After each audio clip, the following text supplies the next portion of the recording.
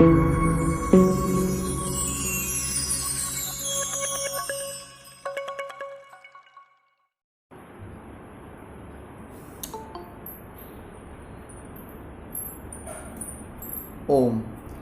आप सभी को सादर प्रणाम। आइए कक्षा को आरंभ करते हैं और आज कुछ मिनट विलंब हो गया, इसके लिए हम आपसे क्षमा चाहेंगे।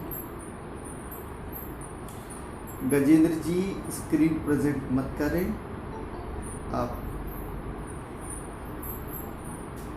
गजेंद्र जी आप स्क्रीन प्रेजेंट कर रहे हैं, इसको ना करें। मंत्र पाठ।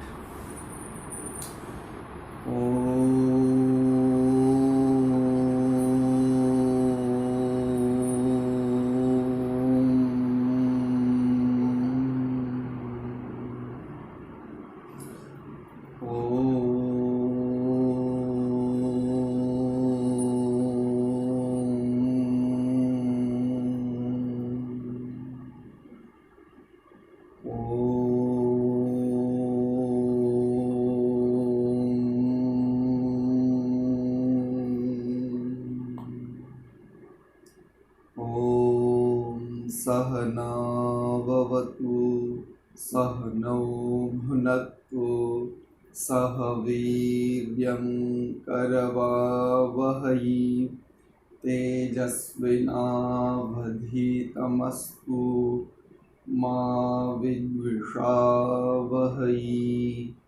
ओम शांति शांति शांति।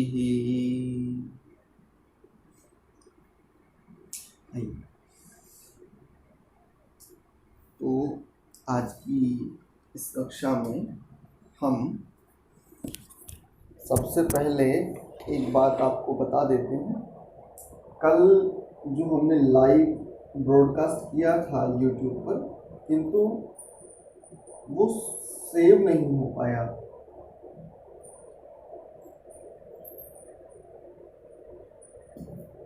एक बात। दूसरा, कई लोगों का ये कहना था कि आचार्य जी जो कल पढ़ाया था उसको एक बार पुनः पढ़ा दीजिए।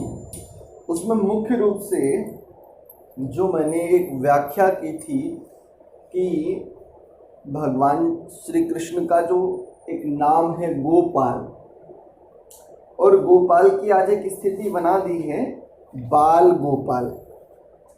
तो इसको लेकर के मैंने कुछ व्याख्या की थी। तो कई लोगों का ये कहना था कि आचार्य जी यदि पुनः ये बता दिया जाए, पढ़ा दिया जाए तो हमारे लिए अच्छा रहेगा।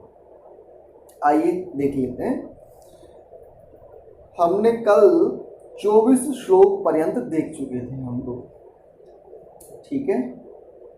और कल हमने 12 श्लोक कल में हमने देखे हैं। उन 12 के 12 श्लोकों में एक मुख्य बात हम देख पाए कि इन सभी लोगों में सबसे पूर्व जो शंखनाद किया वो पितामह भीष्म ने किया, उसके पश्चात अन्य सभी लोगों ने। तो एक शब्द है गौ और एक शब्द है पाल। तो पाल यानी गोपाल शब्द को जब हम पृथक पृथक करेंगे, उस रूप में कह रहा हूं, तो अब आप उसको ध्यान से समझ लीजिए कि गोपाल वस्तुतः है क्या। हम जैसे ही गोपाल शब्द हमारे सम्मुख आता है तो हम गोपाल का मतलब कुछ अन्य ही समझ रहे हैं, और जो हम समझ रहे हैं वस्तुतः वो गोपाल तो कहीं से कहीं तक भी नहीं होते, ठीक है। तो ध्यान से समझिए, किसी भी शब्द के अर्थ के लिए दो प्रकार के शास्त्रों का प्रयोग किया जाता है, या दो प्रकार के शास्त्रों से सहायता ली जाती है। एक तो किसी भी शब्द को व्याकरण के अनुसार देखा जाता है, उसमें कौन धातु है और कौन प्रत्यय है। एक दूसरा, जो इस प्रकार के शब्द होते हैं, उन शब्दों को देखने के लिए, उन शब्दों का अर्थ समझने के लिए प्रायः एक शास्त्र है जिसको निरुक्त कहते हैं। महर्षि यास्क इसके रचयिता थे, तो उन्होंने इस शास्त्र को रचा था, जिसमें कि मुख्य रूप से वेदों में जो शब्दों का प्रयोग है उन शब्दों के क्या क्या अर्थ है वो।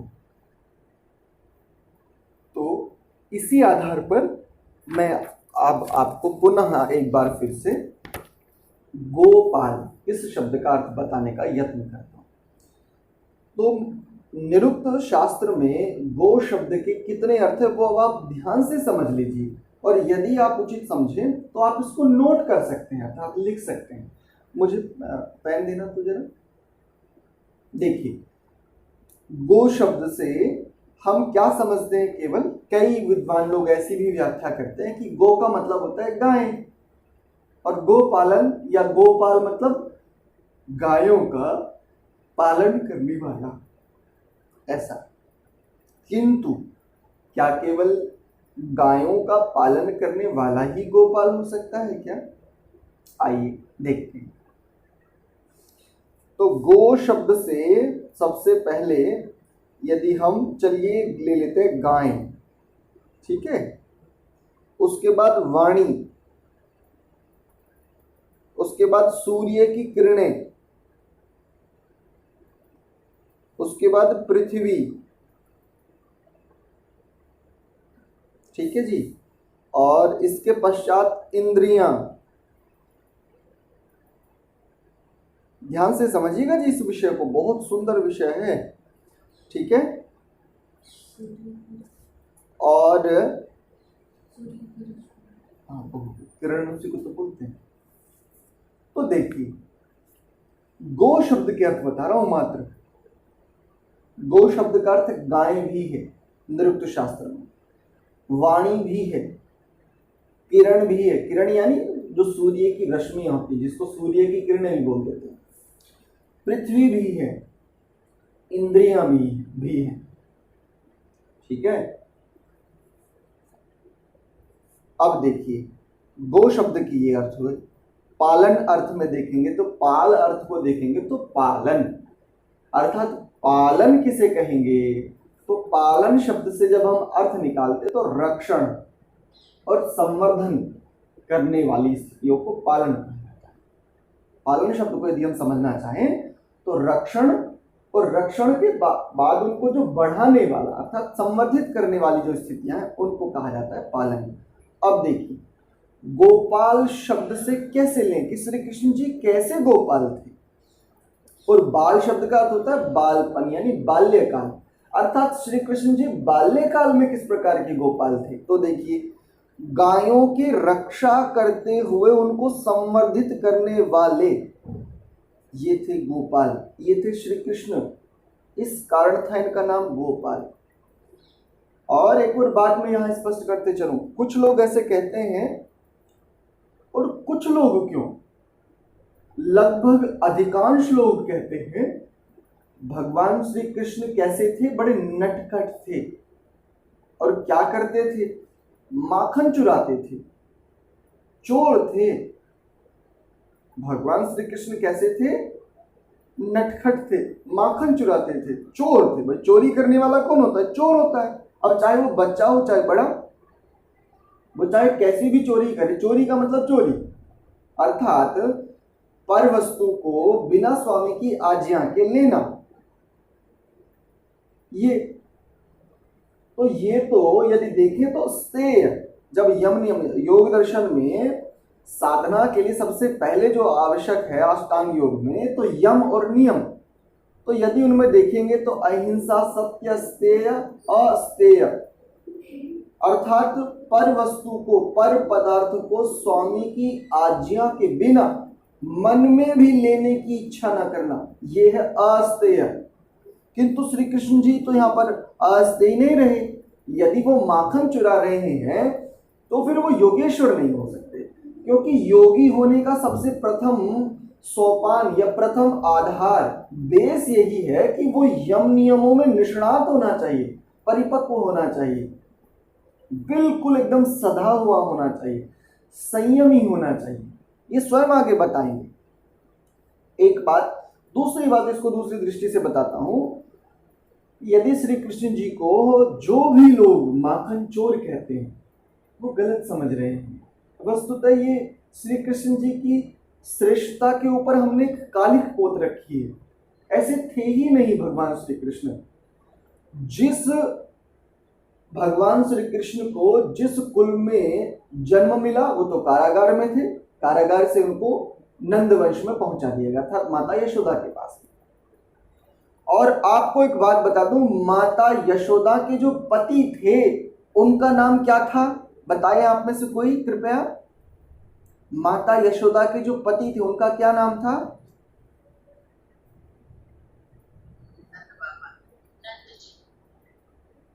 जी, क्या आप जानते हैं माता यशोदा के पति जिनका नाम हम कहते हैं नंद, क्या उनका ये मुख्य नाम था? नहीं, ये उनका मुख्य नाम नहीं था। जैसे श्री कृष्ण जी को केशव कहते हैं, जैसे ऋषिकेश कहते हैं, ठीक है, जैसे अच्युत कहा था, पीछे अर्जुन ने उनको संबोधन देते हुए कहा था ना अच्युत, अर्थात जो अपने धर्म से कभी च्युत ना हो, जो अपने धर्म से कभी पृथक ना हो, सदैव धर्म में ही स्थित रहे। ठीक है, उसके लिए आगे कहेंगे, प्राज्ञा आदि को आगे बताएंगे। तो नंद जो है उनका मुख्य नाम नंद नहीं था। नंद एक उपाधि है। जिस एक व्यक्ति की अपनी गायें लगभग 1 लाख से 1.25 लाख से ऊपर होती हैं, जिस एक व्यक्ति की अपनी गायें 1.25 लाख से ऊपर होती हैं, उस व्यक्ति को उपाधि दी जाती है नंद। और ये जो भगवान श्री कृष्ण का जहां पर पालन पोषण हुआ था, ये जो महाराज नंद थे, ये उस क्षेत्र के मुखिया भी थे। यानी इनके अपने परिवार में इनकी जो अपनी गायें थी, जो गाय नामक एक प्राणी है जिसको हम गौ माता भी बोल देते हैं, इनकी अपनी गायें 1.25 लाख से अधिक थी और पूरे क्षेत्र की गायों को ये रक्षण देते थे। इस कारण से माँ यशोदा की जो पति थे, जिनका नाम हम केवल नंद समझते हैं, वस्तुतः इनका ये नाम उनकी इस स्थिति के कारण था। यानी इनकी उपाधि थी नंद, उनका मुख्य नाम नंद नहीं था। अब विचार कीजिए, जहां पर भगवान श्री कृष्ण पल रहे हैं, जहां पर उनका पालन पोषण हो रहा है और जिस परिवार में वो रह रहे हैं, निवास कर रहे हैं, पालित पोषित हो रहे हैं, उस अकेले परिवार के पास 1.25 लाख से अधिक गायें हैं। क्या ऐसे परिवार में जन्मे बालक को मात्र माखन चुराने की आवश्यकता पड़ेगी? कहीं ऐसा तो नहीं कि किसी विधर्मी ने यह षड्यंत्र किया हो और हमने भावनाओं के वशीभूत होकर के अपने महापुरुष, अपने श्रेष्ठ पूर्वज के मुख पर यह कालिख पोत दी हो? निस्संदेह ऐसा ही है, निस्संदेह ऐसा ही हुआ है। तो जिनके अपने कुल में 1.25 लाख से अधिक गायें पलती हो और आसपास के क्षेत्रों, आसपास का जो पूरा का पूरा क्षेत्र है, उसके वो मुखिया, उसके वो सर्वोच्च एक प्रतिष्ठित व्यक्ति हैं, ऐसे कुल में, ऐसे समाज में या ऐसे क्षेत्र में पलने वाला बालक केवल माखन चुराएगा? आश्चर्य होता है उस बुद्धि पर। तो भगवान श्री कृष्ण कदापि माखन चोर नहीं थे। वो चोर तो कभी हो ही नहीं सकते, क्योंकि चोर कभी भी योगेश्वर नहीं कहा जा सकता। कल मैंने व्याख्या की थी ना, हमारी भगिनी है शिवकांति जी, उन्होंने प्रश्न पूछा था कि भ्राता जी, महायोगी और योगेश्वर, इन दोनों शब्दों में क्या अर्थ है?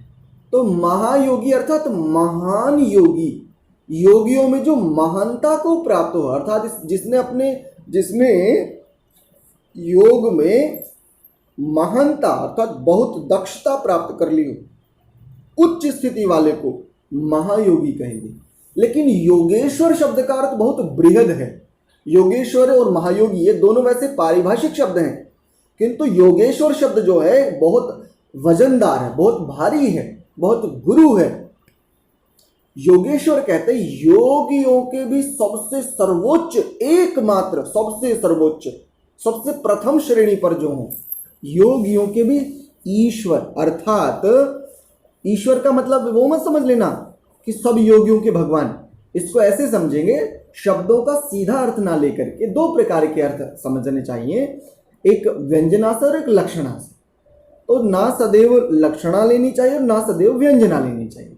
जहां पर जैसा प्रकरण चल रहा हो उस प्रकरण के अनुसार शब्दों का अर्थ लेना होता है। यही त्रुटि हमसे इतिहास में होती चली आई और उसी को फिर हमने अंतिम मान लिया। तो योगेश्वर क्यों कहा? योगेश्वर शब्द का अर्थ क्या है कि जो योगियों में भी सबसे प्रथम पायदान पर हो। जैसे कहते हैं ना कि ये बच्चा इस पूरी कक्षा में सबसे प्रथम है, इसीलिए हमने इसको क्या बना दिया है? मॉनिटर बना दिया है। ठीक ऐसे ही समस्त उस काल के योगियों ने, उस काल के विद्वानों ने, ऋषियों ने, आचार्यों ने भगवान श्री कृष्ण की उस उच्च स्थिति के कारण उनको एक नाम दिया, उनको एक संज्ञा दी, उनको एक उपाधि से सुभूषित विभूषित किया, योगेश्वर। और जानते हैं क्यों?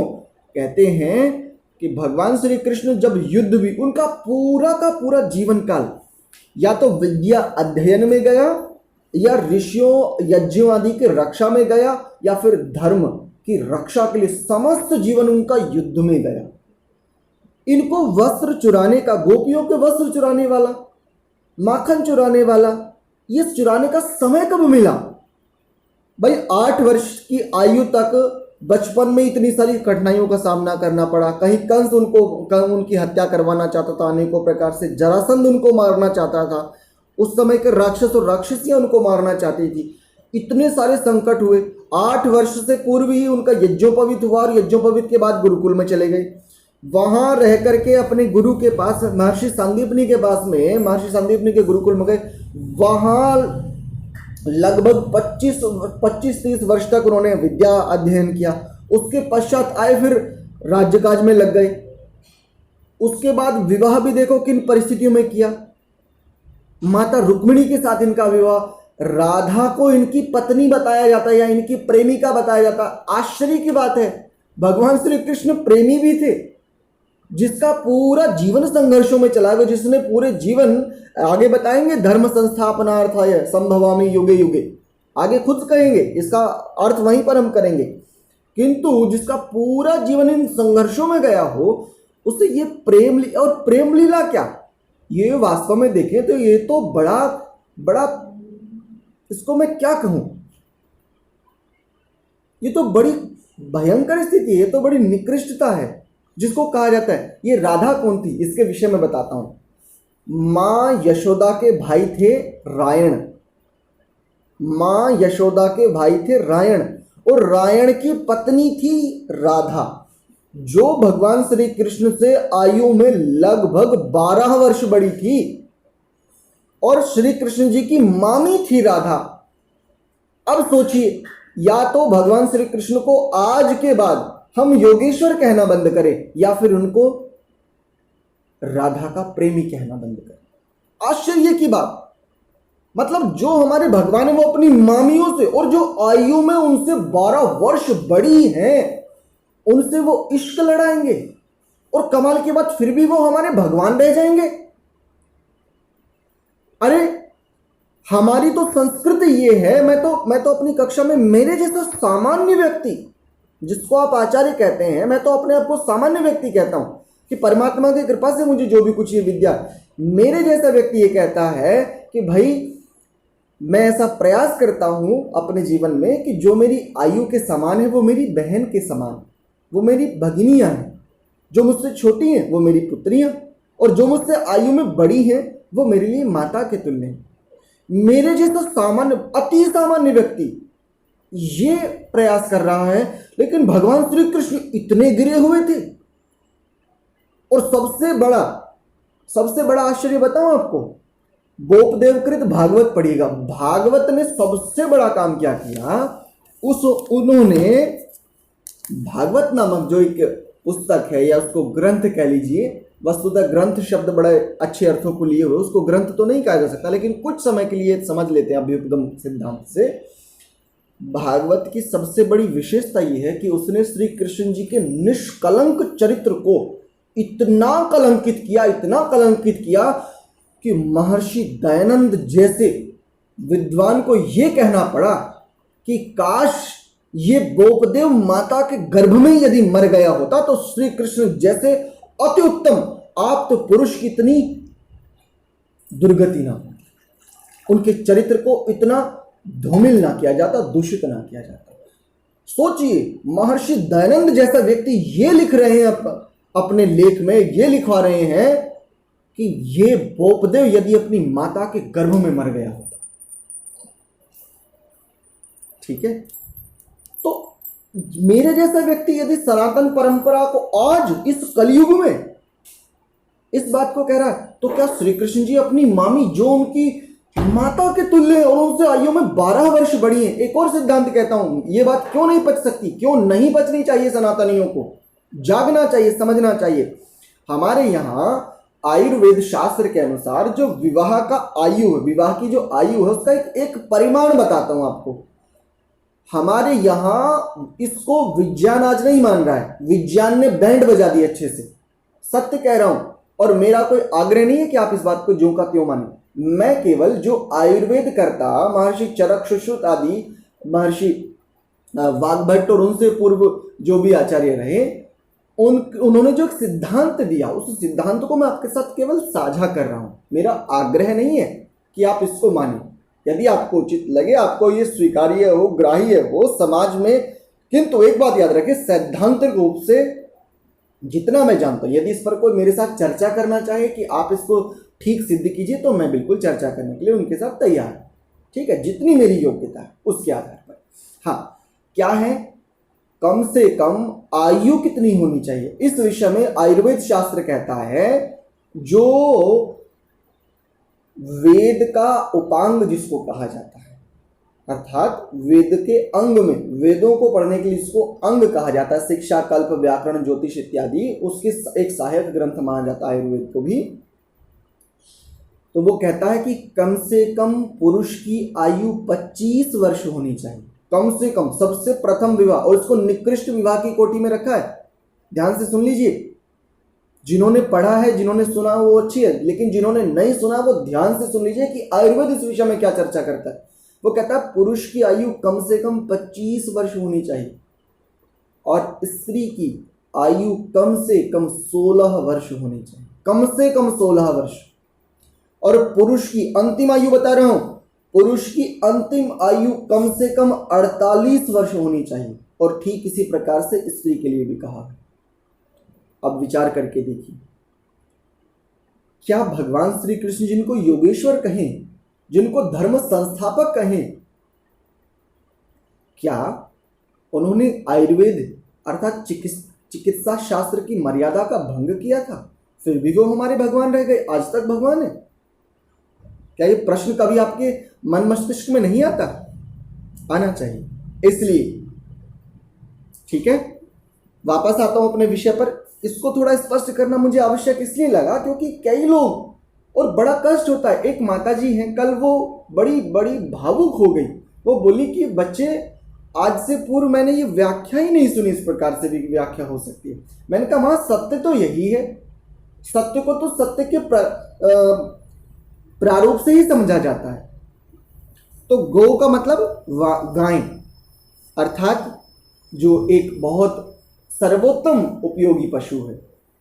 ठीक है, माता उसको क्यों कहते हैं, इसका भी एक संशोधन किए देता हूं। गाय को माता ऐसा कहा जाता है, और वेद में भी आया, गावो विश्वस्य मातरः।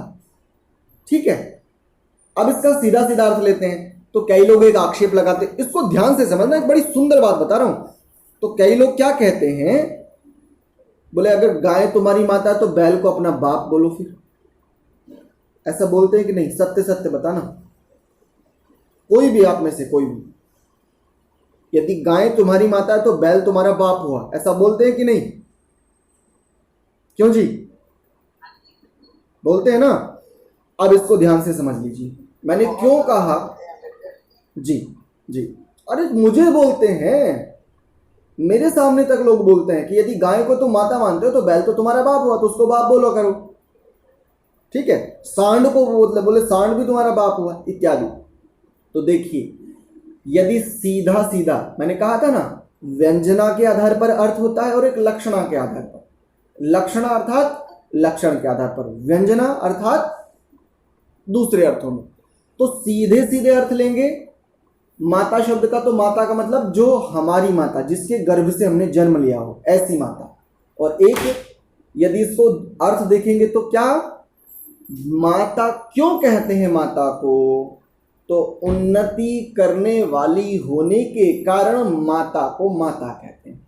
अब गाय नामक जो पशु है, देखिए पशु को पशु ही कहा जाता है, लेकिन सर्वोत्तम उपयोगी पशु है। पूरे संसार में गौ से अधिक, गाय से अधिक उत्तम उपयोगी पशु कदापि नहीं है पूरी धरा पर, इस पूरी पृथ्वी पर। तो गाय को माता क्यों माने, वेद भी कह रहा है। तो अब आप कहोगे तो इसका मतलब आप वेद से ऊपर हो गए ना, वेद से ऊपर नहीं हुआ, लेकिन वेद ने गाय को जो माता कहा है, गावो विश्वस्य मातरः, ऋग्वेद में आता है।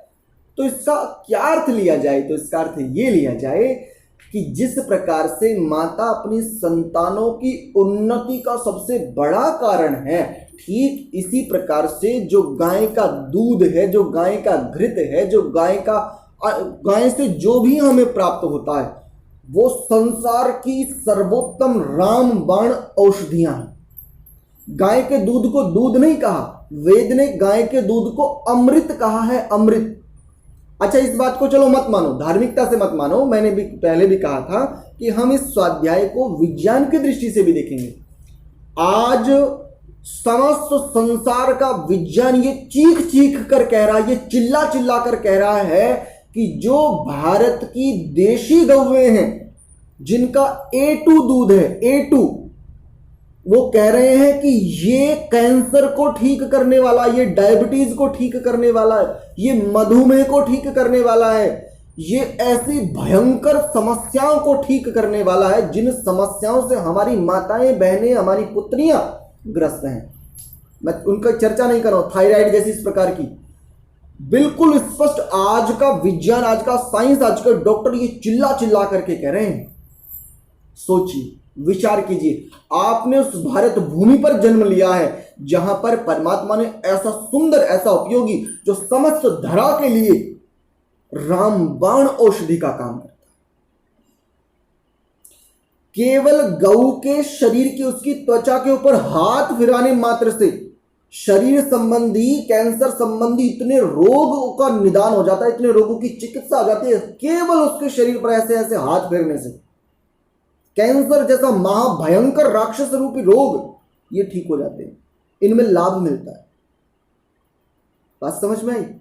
इसलिए गावो विश्वस्य मातरः, इसलिए गाय को मां कहा। अर्थात उन्नति करने वाला जो होता है या जिसके कारण उन्नति होती है, उसको मां कह दिया जाता है। अब बताओ, क्या केवल गाय ही मां है? अरे वो सब पशु, वो सब पक्षी जो हमारे लिए उन्नति का सहाय देते हैं, उन्नति में सहायक बनते हैं, वो सब हमारे लिए माता हो सकते हैं। अच्छा, बैल को बाप मानने में समस्या होती है, लेकिन अगर इसको सीधे अर्थों में देखेंगे तो कष्ट होगा। अच्छा, बैल को हम बाप क्यों माने, सांड को हम बाप क्यों माने? तो तुम्हारा बाप तो देखो आवारा सड़कों पर घूमता है, ऐसा कहते हैं वो लोग। लेकिन उन दुष्टों को यदि वो थोड़ा सात्विक बुद्धि से विचार करें तो बाप अर्थात पिता, पिता को पिता क्यों कहते हैं? पिता को पिता कहते हैं रक्षण सामर्थ्य के कारण। यानी पिता को पिता इसलिए कहा जाता है क्योंकि वो रक्षा सबसे उसका मुख्य सामर्थ्य है। पालन पोषण इत्यादि भी है, लेकिन सबसे मुख्य सामर्थ्य पिता का यह है कि वो रक्षण सामर्थ्य के कारण पिता को पिता कहा जाता है। मैं एक किसान का बेटा हूं, मेरे पिताजी किसान हैं। केंचुआ किसान के लिए इसको पिता कहा है, किसान का जनक होता है, मित्र कहा जाता है केंचुए को। क्यों? भूमि का रक्षक है, ये धरा का रक्षक है। और केंचुआ ही क्यों, ऐसे अन्य प्रकार के इतने सारे जीव होते हैं, छोटे छोटे इतने सारे जीव होते हैं जो भूमि के लिए बहुत उपयोगी होते हैं। बगुला, कौवे, सांप, ये सब ये सब सृष्टि के बहुत उपयोगी तत्व हैं। जानते हैं आज इन सब को मनुष्य खाता जा रहा है, अर्थात इन सब का भक्षण करता जा रहा है और इतने सारे रोगों का जन्म हो रहा है। गिद्ध जानते हो, ये परमात्मा ने ऐसी सुंदर व्यवस्था बना करके दी थी कि गिद्ध सड़े हुए मांस को खाता था। यानी कोई भी पशु मर गया और वो जो सड़ रहा है ऐसे मांस को गिद्ध खा जाते थे, बिल्कुल समाप्त कर देते थे। आज कहीं भी यदि कुत्ता मर जाता है ना तो वो सड़ सड़ करके उसकी पूरी की पूरी दुर्गंधी, जब तक वो स्वयं सड़ करके यानी प्रकृति उसको बिल्कुल समाप्त ना कर दे तब तक वो मरा हुआ कुत्ता ऐसे ही पड़ा रहता है। कुछ शायद 0.5% लोग ऐसे होंगे जो कुछ इस प्रकार के मरे हुए पशु को उठा करके उनको भूमि में दबा देते हैं, अन्यथा वो तब तक सड़ता रहता जब तक वो स्वयं ही समाप्त ना हो जाए। यदि गिद्ध होते तो आज ये दशा ना होती, हमें बचा लेते, हमारी रक्षा कर लेते गिद्ध ऐसे मरे हुए पशुओं से, या जो भी इस प्रकार के जो मृत पशु हैं या पक्षी हैं वो खा जाते थे इनको। लेकिन हमने तो ऐसी स्थितियां उत्पन्न की कि फैक्ट्रियों का गंदा विषैला जल नदियों में डाला और नदियों में मछलियां थी, वो मछलियां मर गई और मर करके वो मछलियां जैसे ही नदी के किनारे पर आई, समुद्र के किनारे पर आई, गिद्धों ने उनको खाया और इस धरा पर से गिद्ध नामक प्राणी बिल्कुल समाप्त हो गया। ऑस्ट्रेलिया में थोड़े से पाए जाते हैं। आज भारत के गिद्ध ऐसे थे जो दूर दूर के स्थानों से सारे के सारे सड़ गल रहे शवों को खा जाते थे। शांत कर दिया हमने। तो जो गाय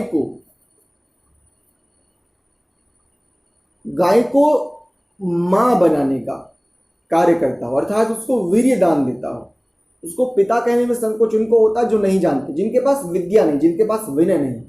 कम से कम मुझे तो नहीं होता, क्योंकि वो एक पशु है और वो रक्षण दे रहा है किसको? अरे गायों को यदि आज एक बड़ा अत्याचार, हाँ इसकी भी चर्चा करूंगा आपके साथ, अभी मुझे स्मृति में आया, अभी मुझे ध्यान में आया। यदि गायें कब रक्षित हो सकती है, गायों की रक्षा कब हो सकती है, कब बढ़ सकती है? जब वो गर्भ धारण करें। अच्छा, गर्भ धारण कब कर सकती है? जब ये जिनको हम सांड बोल देते हैं, ठीक है, गांव की भाषा में उनको बिजार भी कह दिया जाता है, कुछ लोग भी परिचित होंगे संभवतः। अर्थात ये जब तक रहेंगे, इनका जो सीमेन है, इनका जो वीर्य है, जब तक वो सुरक्षित है तभी तक तो गायें गर्भिणी हो सकती है ना। उसके बाद यदि एक पल के लिए विचार करके देखो, केवल विचार करके देखो, इस समस्त धरा पर से एक भी सांड नहीं बचा। कहां से गायें गर्भाधान करेंगी? क्या गायों की रक्षा हो पाएगी? क्या गायों का संवर्धन हो पाएगा? कभी नहीं हो सकता। और देखिए, आज मनुष्य, मैं अपनी माता को भी कह रहा हूं, उस माता को जिस माता के गर्भ से मैंने जन्म लिया है, यद्यपि मेरी माताजी अब गाय नहीं रखती, पहले गाय रखती थी लेकिन अब मेरी माताजी भैंस रखती है। इन समस्त पशुपालकों को मैं हाथ जोड़ करके एक विनती करना चाहता हूं कि हे पशुपालकों, हे इस संसार को दुग्ध आदि पदार्थ देने वालों, आप जागो। आप एक बहुत बड़ा अन्याय कर रहे हो, सृष्टि के विरुद्ध जा रहे हो। अपने पशुओं में गर्भाधान किस प्रकार से करा रहे हैं? आज कृत्रिम गर्भाधान डॉक्टरों से करा रहे हैं। इस अन्याय से बचो, इस पाप से बचो। ये भयंकर विभत्स पाप है। भगवान ने, परमात्मा ने इस सृष्टि में सबके जोड़े बनाए हैं। और प्रकृति के विरुद्ध मत जाओ। जो कभी भी प्रकृति के विरुद्ध गया है, निश्चित जानो उसका सर्वनाश हुआ है। आज इसको 2-3 कारण बता करके आगे चलता हूं। इसकी मैं व्याख्या इसलिए कर रहा हूं इतनी, क्योंकि ये समझ में, ये विषय बड़ा व्यापक है, बड़ा गोपनीय। इस विषय पर कोई चर्चा नहीं करना चाहता। मैं अपनी माता के लिए भी ये कह रहा हूं कि हे मां, और उन समस्त पशुपालकों के लिए कह रहा हूं, चाहे वो कोई भी हो, आवश्यक नहीं है कि वो सनातनी हो, वो चाहे सनातन से बहुत दूर भी चला गया हो, जो भी पशुपालक है, यदि कोई भी इस जो वीडियो आपको मिलेगी, ये और जो अभी मुझे सुन रहे हैं, इन सबको, और आप अपने परिचितों को बताइए कि कृत्रिम गर्भाधान से बची। कैसा पाप कर रहे हैं? ऐसा पाप कर रहे हैं कि अब गायों के गर्भ से केवल बछिया जन्म लेंगी, बछड़े जन्म नहीं लेंगे। भैंस के गर्भ से केवल कटिया, कटिया जन्म लेगी, जिसको कटिया यानी स्त्री जाति में कह रहा हूं, आप लोग समझते होंगे, यानी भैंस का वो बच्चा जो केवल स्त्री हो, गाय का वो बच्चा जो स्त्री हो। गाय का जो स्त्री बच्चा उसको कह देते हैं बछिया, और भैंस का जो स्त्री बच्चा उसको कह देते हैं कटिया। ठीक है, यदि केवल और केवल ये ही जन्म होता जाएगा तो विचार करके देखिए आने वाली धरा पर क्या इन उपयोगी पशुओं का पुरुषत्व, जिसके कारण से ये जीवित हैं, स्थित हैं, स्थिर हैं, क्या ये कभी रह पाएंगे? इस षड्यंत्र को समझिए।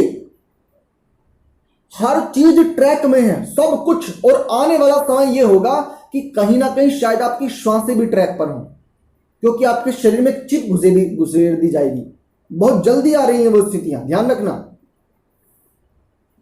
इसलिए मेरा आप सबसे निवेदन है कि इन पशुओं के साथ इस नेचुरल, इस प्राकृतिक स्थिति को इनसे मत छीनिए। ये इनका स्वाभाविक अधिकार है, ये इनका जन्मसिद्ध अधिकार है। ये इतने संयमी हैं, ये मनुष्य अपनी आयु पूरी होने से पूर्व इतने दुराचार, इतने दुष्कर्म कर लेता है। लेकिन हे मनुष्यों, विचार करके देखो, कोई भी पशु आपको ऐसा नहीं मिलेगा, जब तक वो अपनी एक निश्चित आयु पूरी ना कर ले, तब तक वो ऐसा कोई भी कर्म करे कभी नहीं करता। और एक और बात मैं आपके साथ साझा कर लेता हूं। हम मनुष्य जो गृहस्थी हैं, थोड़ा संवेदनशील विषय, लेकिन मैं इसको आपके साथ साझा करना चाहता हूं, क्योंकि मैं तो आपके लिए एक, जो मुझसे बड़े मैं उनके लिए पुत्र जैसा हूं, ठीक है। जो मुझसे छोटे वो मेरे लिए पुत्र अथवा पुत्रियां हो सकते हैं, और जो मेरे आयु के समान है वो मेरे लिए भ्राता या भगिनियां हो सकते हैं। इसलिए मैं एक बात बड़े स्पष्टता से साझा करना चाहता हूं। मनुष्य किसी भी स्थिति में इंटीमेट हो जाते हैं आपस में, ठीक है, भोग कर लेते हैं, जिसको इंग्लिश में एक शब्द आता है सेक्स। लेकिन जानते हो ये पशु, ये इतने प्रेरणादायक हैं। जब भी कभी पशु एक दूसरे के पास जाते हैं ना, और यदि स्थितियां ना हो, वो एक दूसरे को सूंघते हैं, अर्थात जो इसमें पुरुष होता है वो स्त्री को सूंघता है, और यदि वो स्थितियां नहीं होती तो वो छोड़ करके चला जाता है। इतने संयमी है, ये इनका स्वाभाविक ज्ञान है। पशु पक्षियों में नैमित्तिक ज्ञान नहीं होता, लेकिन श्रेष्ठता का ढिंढोरा पीटने वाला ये मनुष्य किसी भी मर्यादा का, किसी भी स्थिति का कोई विचार नहीं करता, और जब इसका वेग उपस्थित होता तब ही ये साथ आ जाते हैं, तभी ये इंटीमेट हो जाते हैं, तभी ये भोग कर लेते हैं।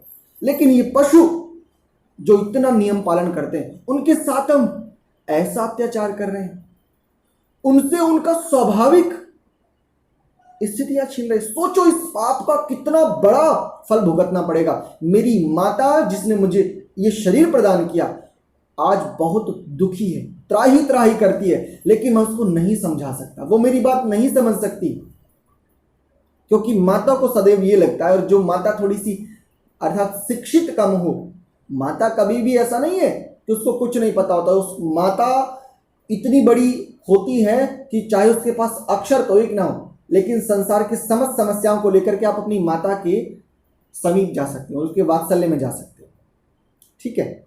किंतु मेरी माता नहीं समझ सकती, इसलिए तो उन समस्त पशुपालकों को मेरी ये वाणी इस समूचे ब्रह्मांड में जो मैं ये कह रहा हूं उन तक पहुंचे, वो इस बात को समझे कि इन पशुओं के साथ ये इतना बड़ा अत्याचार मत कीजिए, उनको स्वाभाविक रहने दीजिए।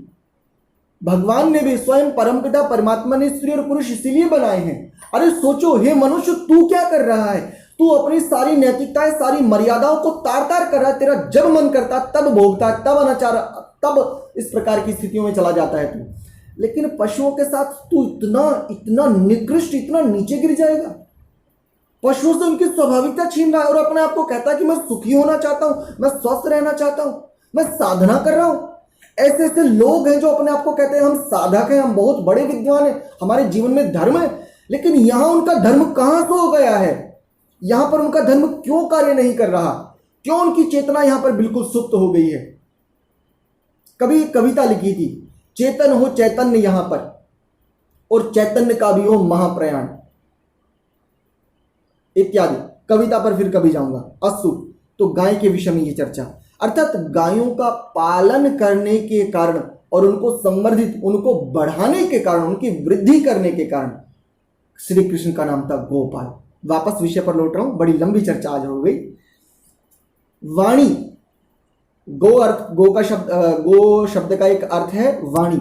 वाणी कहते हैं जो हम बोलते हैं, अर्थात वाणी को रक्षण देने वाला और उसको बढ़ाने वाला होने के कारण भगवान श्री कृष्ण को गोपाल ऐसा कह दिया जाता है। क्यों? इसका एक प्रमाण प्रस्तुत करता हूं। जिस समय युधिष्ठिर ने, महाराज युधिष्ठिर ने राजसूय यज्ञ का आरंभ करना चाहा, तो उससे पूर्व सबसे सर्वोच्च सम्मान दिया जाता है, जो समस्त संसार में सबसे आदरणीय है, उसको दिया जाता है, एक अर्घ्य प्रदान किया जाता है। ठीक है। तो जब पितामह भीष्म, आचार्य द्रोण, कृपाचार्य, समस्त जो समय के ऋषि मुनि थे, जब उनसे पूछा गया कि इस सत्कार के योग्य सबसे योग्य कौन है, तो जानते हैं उस समय के सबसे वृद्ध ब्राह्मण ने, पितामह भीष्म ने कहा कि इस सत्कार के योग्य तो समस्त मानव इतिहास में, इस समूची धरा पर केवल एक व्यक्ति है, वो है भगवान श्री कृष्ण। क्यों? क्योंकि उनके शब्द, अरे गीता को ही देख लीजिए उठा करके। क्या मैं ये नहीं कह रहा हूं कि उनसे उच्च विद्वान नहीं हुआ, लेकिन उस समय में उनकी वाणी इतनी परिष्कृत थी और वाणियों के वो संवर्धक अर्थात बढ़ाने वाले थे इस रूप में। तो वाणियों को जो रक्षित करने वाला हो, समस्त वाणियों को, और उसको बढ़ाने वाला हो, वो भी गोपाल है। किरण, आज विज्ञान ने चाहे जितनी उन्नति कर ली, किसी चीज को भी नकारना नहीं चाहिए। और हम लोग सनातन एक ढिंढोरा पीटते हैं, हमारा तो ये था। अरे भाई, वो तुम्हारा नहीं था, वो तुम्हारे पूर्वजों का था। तुम क्या हो? अपने पूर्वजों के ऊपर बिना मतलब ऐसे ही अहंकार करते रहते हो। ठीक है, गर्व कर सकते हो, लेकिन ये जो मद चढ़ा हुआ है हम सनातनियों को कि मेरे पूर्वज अर्थात भगवान को, हमारे पूर्वजों के पास ये था, हमारी ये विद्या थी, हम विश्व गुरु थे। आज किस स्थिति में हो तुम? आज हम किस स्थिति में हैं? अरे विश्व गुरु तो छोड़ो, अपने श्रेष्ठ पूर्वजों को हमने श्रेष्ठ तक, उनको जो जैसे थे उनको वैसा तक नहीं छोड़ा। इसलिए आज विज्ञान ने चाहे जितनी उन्नति की हो, और जितनी उन्नति की जो खोजा है उसको हमें स्वीकार करना चाहिए, क्योंकि जो वस्तु है उसको वैसा ही ठीक ठीक जानना चाहिए, उसको वैसा ही मानना चाहिए। ये मर्यादा है। ठीक है, ये किसी भी काल में हो। ठीक है। भगवान श्री कृष्ण के पास एक ऐसा शस्त्र था जिसका नाम है सुदर्शन। ये एक ऐसा शस्त्र था जो सूर्य की किरणों से संचालित होता था। और इसके विषय में एक बात बताता हूं, आगे आप पढ़ेंगे भी। जिस समय भगवान श्री कृष्ण सुदर्शन चक्र को धारण कर लेते थे, जिस भी युद्ध में, सारा का सारा संसार कंपायमान हो जाता था। जिस युद्ध में प्रतिद्वंदी को यह पता चल गया कि इस युद्ध में भगवान श्री कृष्ण उपस्थित हैं और उन्होंने सुदर्शन को वहां पर स्थापित कर लिया है, अर्थात सुदर्शन वो उन्होंने ले आए हैं युद्ध के लिए, वो घुटने टेक देते थे। सोचिए, ऐसा एक शस्त्र जो सूर्य की किरणों से चलने वाला हो और शत्रु की हत्या करने के पश्चात वापस उसी के पास आ जाए जिसने उसको छोड़ा हो, जिसने उसको शत्रु की हत्या के लिए भेजा। विचार करके देखिए, क्या आज विज्ञान ने इतनी उन्नति कर ली है? क्या नहीं की ना। तो सोचिए, सूर्य की किरणों को भी रक्षित करके इतना बढ़ा देने वाला कि एक ऐसा शस्त्र का निर्माण करने वाला ऐसा श्रेष्ठ पूर्वज, जिसकी जितनी स्तुति की जाए उतनी कम है, लेकिन हमें तो उनकी निंदा करने से फुर्सत मिले तब ना। सूर्य की किरणों को रक्षण देकर के, उसको संवर्धित करके एक ऐसा शस्त्र तैयार किया जिसने मानव इतिहास में मानव की रक्षा के लिए, या मानव सभ्यता के लिए, नैतिकता की रक्षा के लिए, समस्त मानव मूल्यों की रक्षा के लिए अपना सारा का सारा जीवन आहूत कर दिया। ऐसे व्यक्ति को हमने चोर जार शिखामणि बता दिया। पढ़िए भागवत, द्रौपदेव के तो भागवत पढ़िए, और अन्य ऐसे कई सारे पुराण पढ़िए। भागवत पुराण में आता है चोर जार शिखामणि, जार समझते हो जार किसे कहते हैं? जिसकी अपनी पत्नी हो, उसके पत्नी के साथ साथ उसकी अनेकों सारी लैलाएं हो। लैला समझते हो ना? ये बात, ये शब्द आपको ठीक से समझ में आएगा। जिसकी बहुत सारी लैलाएं होती हैं, जिसकी बहुत सारी प्रेयसी होती है, प्रेमिकाएं होती हैं, उसको कहते हैं जार। और मैं तो मर्यादित बात कर रहा हूं। जार कहते हैं जो अनैतिक कर्म करते हैं, अर्थात संबंध स्थापित करते हैं। वैश्यालयों में जाकर के जो कर्म किया जाता है, उसके लिए एक शब्द यदि ठीक ठीक कहा जाए तो जो व्यभिचारी पुरुष हैं उसको कहा जाता है जार। सोचिए, ऐसे भगवान श्री कृष्ण को क्या कह दिया? चोर, जार, शिखामणि। मणि समझते हो? शिखा समझते हो? शिखा। हमारे पुरुष लोग, मैं भी एक छोटी शिखा रखता हूं, इस मनुष्य देह की सबसे ऊपर, सबसे सर्वोच्च भाग में शिखा धारण की जाती है। और मणि, माताएं अपने जोड़े में पहले मणि धारण करती थी। हमारे देश की यह संस्कृति रही कि जो माताएं जूड़ा बांधती उस जूड़े में मणि धारण करती थी, और जो भी स्त्री मणि धारण करती थी उसको बहुत संपन्न माना जाता था। तो कैसे है श्री कृष्ण? भागवत ये जो कथाएं वो ये कर रही हैं, मुझे भागवत से आपत्ति नहीं है, लेकिन मुझे आपत्ति ये है, अरे क्या अपने पिता को कभी तुम ये कह सकते कि तू जार है? वो भले ही चाहे कितना व्यभिचारी हो। क्या हम, अरे पिता को तो छोड़ो, यदि मैं व्यभिचार कर रहा हूं तो क्या मैं कभी भी एक बार भी अपने आप को कह सकता हूं कि हां मैं व्यभिचारी हूं?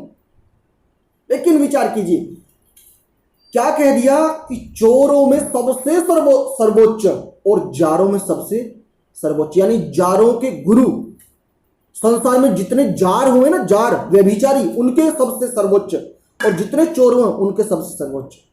ये बता दिया है भागवत ने। और हम क्या सोच रहे हैं? भागवत नामक कथाओं की बाढ़ आई हुई है। हे भागवत करने वालों, हे भगवत प्रेमियों, समझिए, मैं तो बस एक कर्तव्य पालन कर रहा हूं। मेरी किसी बात से आप चिढ़ मत जाना, मैं तो सत्य कह रहा हूं। और सत्य ठीक उसी प्रकार से कड़वा लगता है जिस प्रकार से यदि हमें बुखार हो जाए, फीवर हो जाए, फीवर के समय जब हम पैरासीटामोल देते हैं आयुर्वेद, एलोपैथ की दृष्टि से या आयुर्वेद की दृष्टि से, जब हम उसमें गिलोय का काढ़ा देते हैं तो वो कड़वा ही लगता है। लेकिन चिकित्सा, आप सभी जानते हैं, चिकित्सा उसी ही पदार्थ से होती है। तो हमारे समाज में जो दोष आ गए हैं, कुरीतियां आ गई हैं, इनकी चिकित्सा के लिए सत्य को तो सत्य ही कहना पड़ेगा। ये थोड़ा सा हमें चुभ सकता है, थोड़ा कष्टकारी हो सकता है, लेकिन हे सनातनी, हे मनुष्यों, हे समस्त चेतनाओं, सही को सही जानना ही धर्म है। और सही को सही जानकर उसको धारण करना, अर्थात उसको समाज में लेकर के आना, ये धर्म ही है। तो मैं तो केवल अपना कर्तव्य पालन कर रहा हूं, करने का प्रयास कर रहा हूं जितना मेरा सामर्थ्य है। और कर्तव्य पालन पाप रहित होता है, ध्यान रखना। और पाप रहती स्थितियों को ही धर्म कहा जाता है। ठीक है? किरण अर्थात सूर्य की किरणों को रक्षित कर उनको संवर्धित करने वाला, अर्थात उनसे बढ़ाने वाला। आज एक और उदाहरण देता हूं। सोलर लाइट समझे, आपने सुना है? निश्चित रूप से ये सत्कार है सूर्य की किरणों का। आज सूर्य की किरणों से सोलर लाइट बनाई गई है।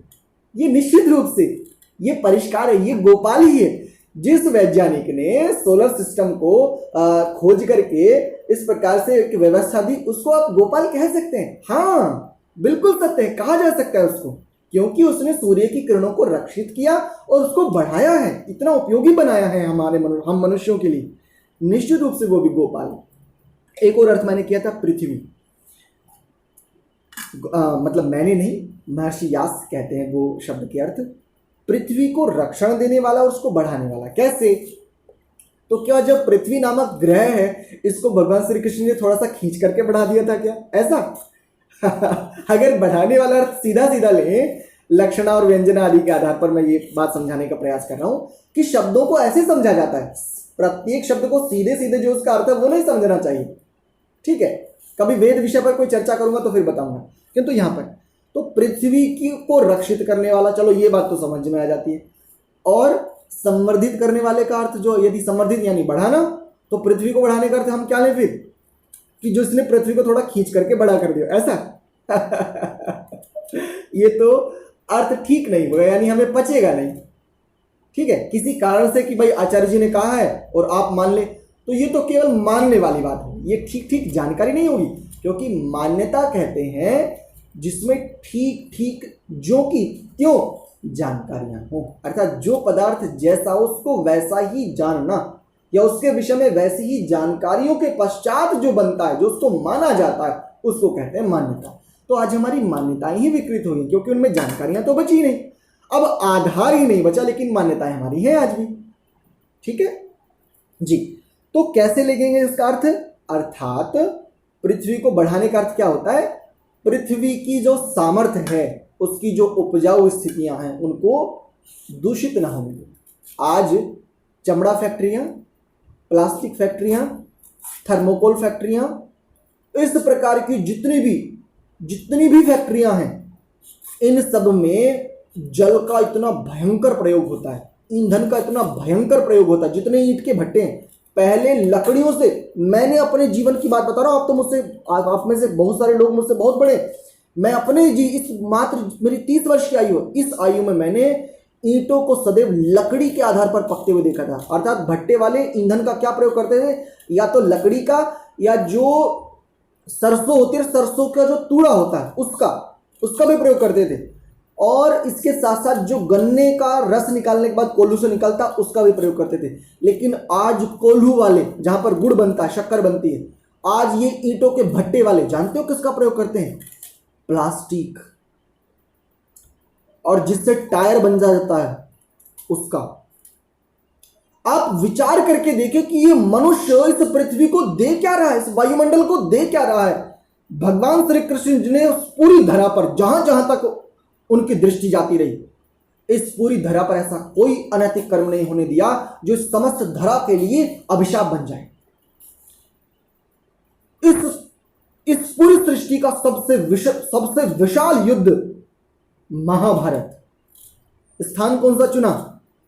कुरुक्षेत्र। अच्छा, जानते हैं कुरुक्षेत्र कैसा स्थान है, और जहां पर यह युद्ध हुआ था वो कैसी भूमि थी? वो उपजाऊ भूमि नहीं थी, ऊसर भूमि नहीं थी, ध्यान रखना।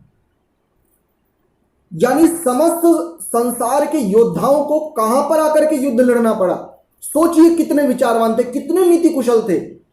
इस प्रकार से पृथ्वी को, अर्थात इस भूमि को, इस धरा को उन्होंने वास्तव में रक्षण प्रदान किया। वास्तव में समूचे वायुमंडल को उन्होंने रक्षण प्रदान किया। घर घर यज्ञ होते थे, घर घर यज्ञ होते थे। प्रत्येक घर में जब तक यज्ञ ना हो जाए, किसी को अन्न का एक कण नहीं मिलता था। प्रतिदिन का नियम था, और ना केवल एक समय, दोनों समय यज्ञ करना होता था। चाहे कोई पशुपालक हो, चाहे कोई कुछ भी हो, लेकिन उसको यज्ञ तो अनिवार्य था। इस रूप में पृथ्वी की रक्षा करने वाले, अर्थात समूचे वायुमंडल की, उस रूप में देखे तो पूरे भूमंडल की, एक शब्द कहूं तो पृथ्वी को उस रूप में समझने के लिए, समूचे भूमंडल की रक्षा करने वाले और उसको बढ़ाने वाले होने के कारण इनका नाम गोपाल। इंद्रियां, गो शब्द का एक अर्थ है इंद्रियां भी। क्यों कहा? अब इस रूप में कैसे ले गोपाल को? तो देखिए, योगी वो हो सकता है जिसका अपने समस्त उपकरणों, अर्थात जिसके पास साधन है, आत्मा के पास अंतःकरण, इंद्रियां, मन, बुद्धि इत्यादि, ये समस्त। अंतःकरण में 4 वस्तुएं आती हैं: मन, बुद्धि, चित्त और अहंकार, और सारी इंद्रियां। अर्थात इन सबको जो अपने नियंत्रण में ले ले। हम लोग क्या होते हैं, हम जैसे लोग क्या कहते हैं, हम या तो क्षिप्त स्थिति में होते हैं, या तो मूढ़ में होते हैं, या तो विक्षिप्त में होते हैं। किंतु योग दर्शन जिस पर चर्चा करता है एकाग्र, और एकाग्र के पश्चात वो फिर निरुद्ध स्थिति पर चर्चा करता है। तो निरुद्ध और एकाग्र में कौन जा सकता है? जो अपनी इंद्रियों को अपने अधिकार में ले ले, अर्थात उसका मन। हम लोग क्या कहते हैं जी, मन नहीं मानता। डॉक्टर ने तो मना किया है कि आप रोगी हैं और इस समय ये मत खाना, लेकिन मेरा मन कर गया जी, इसलिए मैंने खा लिया, इसलिए मुझे थोड़ी सी और समस्या जी। मैं कोशिश तो बहुत करता हूं कि मैं साधना करूं, इसमें बढ़ूं, उपासना करूं, ध्यान करूं, लेकिन मेरा मन ही नहीं लगता। इस रूप में तो भगवान श्री कृष्ण अपनी इंद्रियों को अपने वश में करने वाले और उनको संवर्धित, अर्थात उनसे ठीक ठीक उपयोग लेने वाले एक आदर्श हैं, जीवंत आदर्श सृष्टि के धरा के। अर्थात इतिहास कहते हैं ऐतिह्य प्रमाण होता है। इतिहास का नाम है शास्त्रीय परिभाषा में ऐतिह्य। 8 प्रकार के प्रमाण होते हैं, वैसे तो 4 ही होते हैं, लेकिन उसको फिर और स्पष्टता के लिए 8 उस रूप में कह दिया जाता है। तो ऐतिह्य प्रमाण होता है जिसको हम इतिहास नाम से जानते हैं, हिस्ट्री। हिस्ट्री मतलब ऐतिह्य प्रमाण उस रूप में। तो सारी इस सृष्टि में जो इसका ज्ञात पक्ष है, श्री कृष्ण एक आदर्श हैं और जिस आदर्श पर गर्व किया जा सकता है, जिसको बिल्कुल बिना किसी संकोच के स्वीकार किया जा सकता है। जो भी इनको स्वीकार करेगा निश्चित वो कल्याण को प्राप्त ही होगा, चाहे वो सनातनी हो, चाहे वो कोई भी हो, क्योंकि इनके नैतिकताएं, इनके आदर्श निस्संदेह इस कसौटी पर पूरे खरे उतरते हैं। यानी अस्माकं सुचरितानि तानि त्वयोपास्यानि नो इतराणि, क्योंकि श्री कृष्ण जी ने जीवन पर्यंत एक भी कार्य ऐसा नहीं किया जिसको नीति विरुद्ध कहा जा सके, जिसको धर्म के विरुद्ध कहा जा सके। आपके कोई प्रश्न होंगे तो उन प्रश्नों को हम कल लेंगे। और आज हम आगे नहीं बढ़ पाए क्योंकि आज का ये जो विषय था बड़ा आवश्यक था, इसलिए मैंने इस विषय को आज आपके समक्ष रखने का प्रयास किया। आप सभी लोग जुड़े, आपके लिए बहुत बहुत धन्यवाद। आपके कोई प्रश्न हैं, मुझे पता है कि आपके मन में बहुत सारे प्रश्न आ रहे हैं कि यदि आप श्री कृष्ण जी को नीति कुशल मान रहे हो तो उन्होंने तो बहुत सारे अधर्म किए, दुर्योधन की जंघा तुड़वाई, कर्ण का जब रथ का पहिया फंस गया था उस निहत्थे पर वार कराया, उसकी उस प्रकार से उसकी हत्या हुई। पितामह भीष्म पर शिखंडी को आगे करके अर्जुन से बाण चलाने के लिए कहा। इस प्रकार से अनेकों सारे ऐसे कर्म कराए। तो भगवान श्री कृष्ण जी को आप इतना आदर्श कैसे मान सकते हैं? यहाँ पर तो उन्होंने धर्म नहीं, यहाँ पर तो उन्होंने अधर्म किया। ठीक है, इस प्रकार के आपके मन में बहुत सारे प्रश्न आ रहे होंगे। आज का समय पूरा हो गया, इसलिए आपके किसी भी प्रश्न का उत्तर देने के लिए मैं कल प्रस्तुत रहूंगा और कल पहले आपके प्रश्नों को ही लूंगा। ठीक है, आज की इस कक्षा को हम यहीं विराम देते हैं। आप सभी लोग जुड़े, आपके लिए बहुत बहुत अभिनंदन पूर्वक आपको सादर प्रणाम।